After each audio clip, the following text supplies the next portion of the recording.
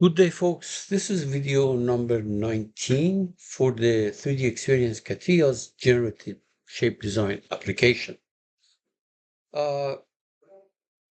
In these playlists, I concentrate on specific tabs of the ribbon at the bottom of the generative shape design screen. The particular video that we're looking at now, 19, deals with the surface tab. Okay, there is already a separate playlist for the wireframe tab, which has got about 59 videos. So the particular icon of interest is blend, and the icon speaks for itself. It shows you two surfaces, these white ones, and there's something in between. So if you look at the AI overview in Google, it indicates that it's a tool to create a smooth transitional surface between either two curves in space or two surfaces. Okay, and it can do this thing by a variety of different ways. C0 continuity, that means just continuous, tangency, or curvature.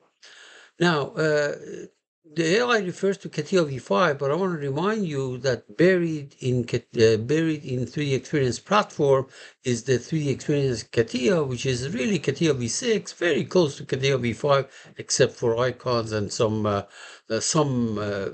capabilities. There is an indication of the key details about blend operation in this particular screen, and also the steps in order to do that. Of course, we go through several examples in order to go through these steps one by one. There's one more thing I want to show you.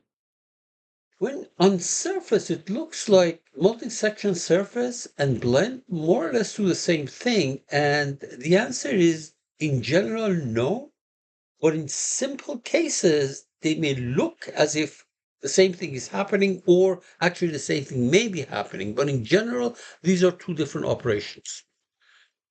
The differences are spelled out over here, and I also point out that in simple cases, these two functions might produce similar results, but they differ significantly in their approach to geometry.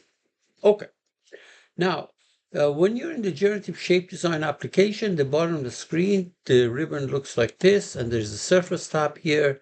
And if you click on it, you will have access to or you select that tab, you have access to multi-section surface. That I did about 10 videos on it. And now the blend operation. The blend dialog box looks like that, and it has a lot of stuff in it, very similar to actually multi-section surface situation. And that's why I consider this thing an advanced icon, same as the multi-section surface, and later on sweep, for example. But instead of breaking down into many videos, I just break it down into the basics, and then maybe a separate one later on. The help is not actually that bad in the 3D experience for blending operation. The CATIA version of CATIA v5 version of what I'm going to be doing is actually can be seen here. And there's also some 3D experience demonstrations and videos for blend. However, this is maybe 5-6 years old, and the interface may look different for the dialog boxes, etc. I'm using our release 2026x. Okay, let's go ahead and do our first problem. Okay, so I'm going to create two surfaces which are not connected to each other, and we'll use a blend to put something between them. On that vertical plane, I will sketch. Let me try a spline, but I'm going to make it nice and symmetric with respect to the vertical axis. So this is a left point, control the right point, control the middle axis. We make it symmetric or mirror. You can see that now you can move it as you wish, and there's going to be your spline. Exit. So I will extrude this thing to get a surface. So extrude surface, this in the other direction, and I'll put some number here.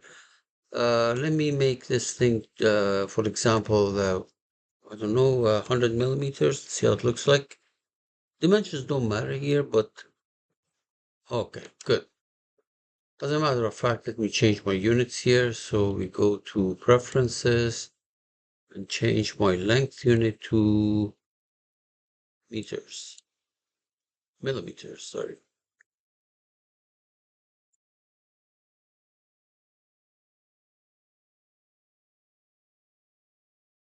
Millimeters. Okay, good, good. Now, on this surface, I would like to draw a curve that looks like that. We will be using that later on, but we learned a trick of doing this thing. We go to wireframe, and in wireframe, under this tab, you're going to see something called isoparametric curves right there. And you select the support, and then this is the kind of curve that I want to do. Actually, I can move it like this. Very good.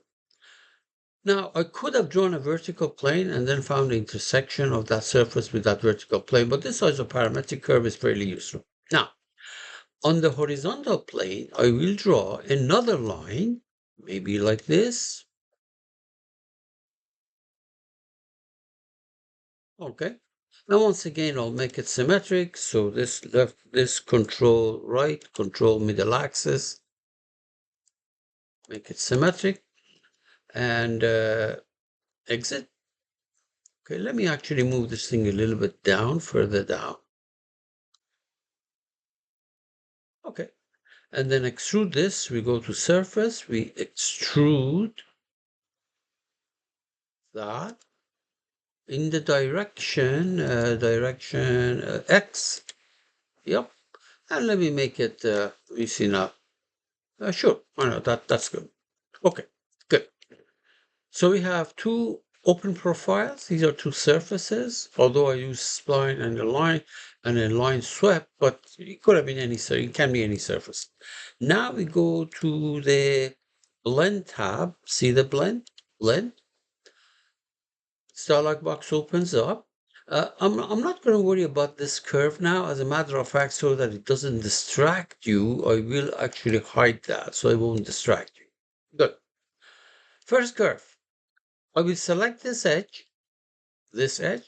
Notice that the arrows point counterclockwise. First support. Let's not worry about the support right now. Second curve. I'm going to select this edge. Again, the arrows must be pointing in the same direction. Otherwise, you flip on it so that it puts in the right direction. And then you say preview. So what happens is that it actually puts a surface, blends these two with a surface that looks like that. Okay, now, if you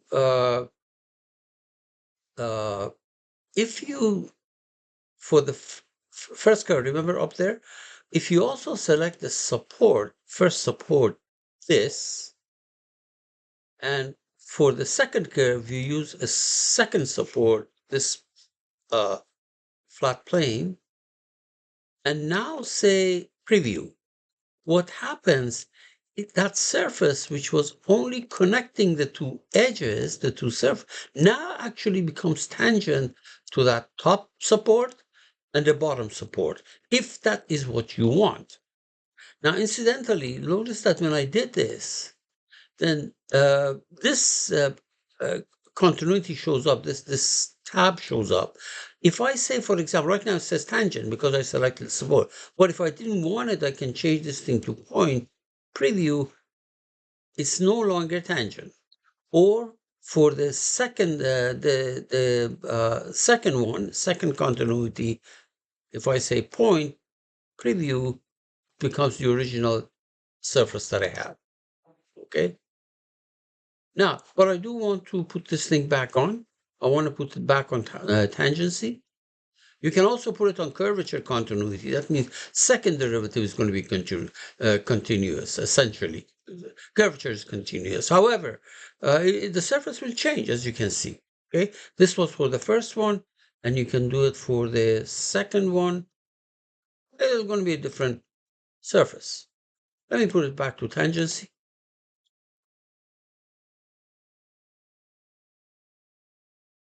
Tangency. This is what we're going to get. Okay, now, there is a tab here, by the way. There is a tab here which says I can change the tension. Tension is an entity. I mean, if you want to know what it is, you have to go to the uh, surface generation with look, dig out the theoretical stuff, and there is the tension, there is curvature, all these things. But we can change this thing. For example, suppose I change the tension to, let's hypothetically say 3 and preview. Notice that the surface changes. As if the surface is under tension. Or you can go to the second one, this second T for the second support, the surface changes. Here, assume it's a constant tension, you can change it to linear, things will change, from one end to the other end, tension, or you can do S, for example, S-type, it'll change. You can see that. Anyway, let me put it back to actually this tension of 1 without any increasing that, default, and then we say, okay. Now, I want to go back to that isoparametric thing that I hit. Let me show that thing on the screen. There we are. Okay. Now, to go ahead and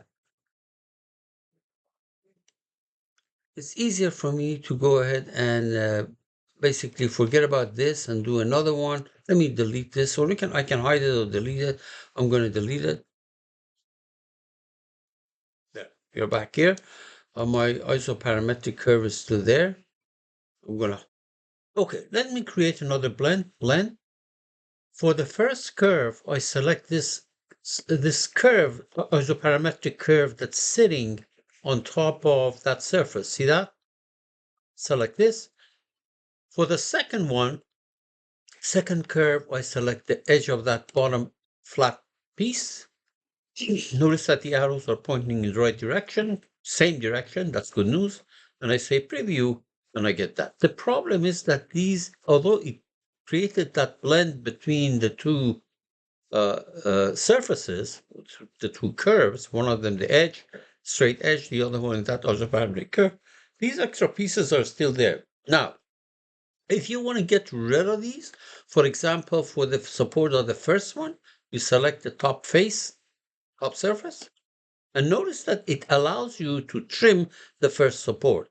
Okay, I don't have to go to the second one because there's nothing that's trimmed here. So preview, notice that that piece is gone. Let me hide this. This is the edge. See, that piece that was hanging there, out there, as extension of that, is gone. Okay, so the moral of the story is that if you want to get rid of these extra pieces, you have to select the appropriate support, and then you either want it or not.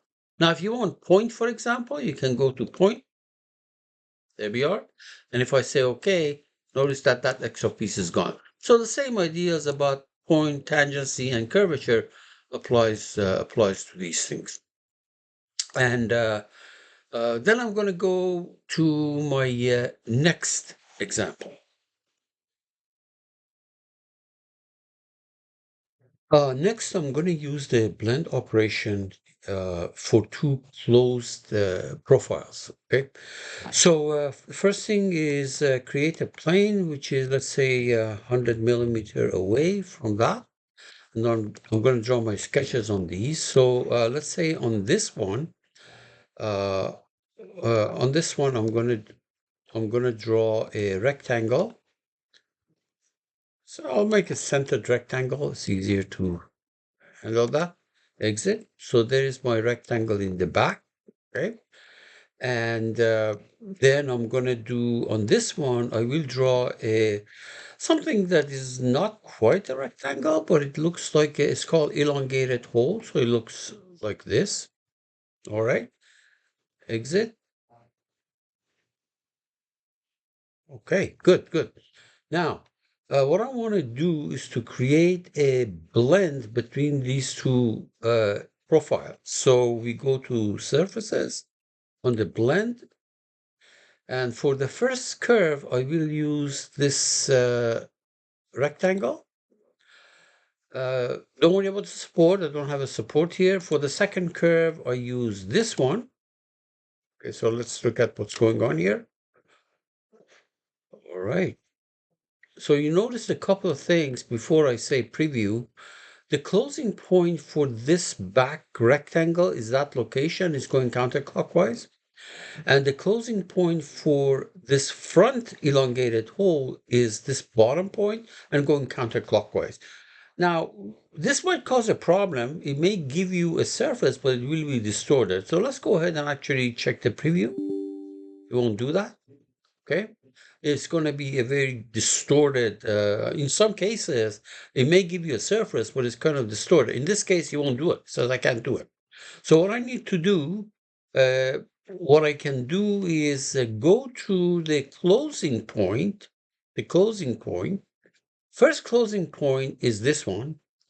Either I can move this to the bottom location, or you can create this to a top location. The only problem is that I'm going to move the second one. I'm going to move the second one, and I'm going to create some location here. But if there is nothing to pick, there is no vertex to pick, what I can do, put the cursor there, right click, and I say insert wireframe, create a point, and I'm going to create it on a curve, and this is going to be the curve, and then I put my blue marker, whatever I think is appropriate. Look, it's right up there. It's right there, right now. Okay, this will probably do it. We say okay, and then we say preview. Okay, and then preview. You see, by moving the closing point to an appropriate location, when I say appropriate location, I mean this caused a distorted shape. So there are many other points that you can do this thing, and it'll work fine. And this happened to be one of them. So you can see there are similarities between some of these tabs and options that you have here in Blend and the multi-section surfaces. Now, I will do a last example where we will be using coupling in order to do a problem. We say okay here, and that is as my third example in compliance with what this person is doing. I will consider two open profiles, open sections, and I'll try to put a blend between them. All right, so let's go ahead and do this. You'll see that I will use the coupling that you have seen it in multi-section surfaces. On that offset from this plane, I'm going to put something which is 100 millimeter because I want to draw my two profiles on this thing. On this back one, I will make something that looks, profile that looks like this.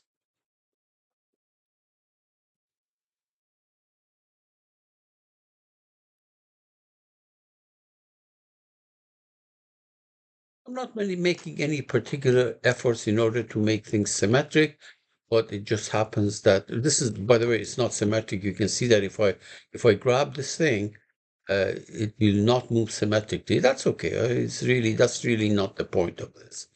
Exit.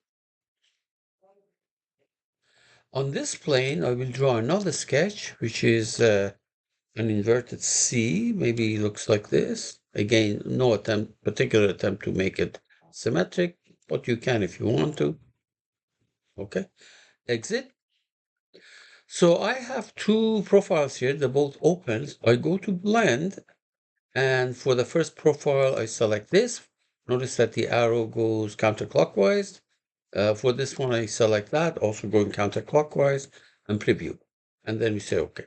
All right, there's no problem here. It did create a blended surface between these two profiles. But what I want to do is I don't want it, this looks like a distorted. So I'm going to create a, uh, uh, I'm going to create a coupling which cleans up a little bit of these things. So let's go ahead and double click on this blend.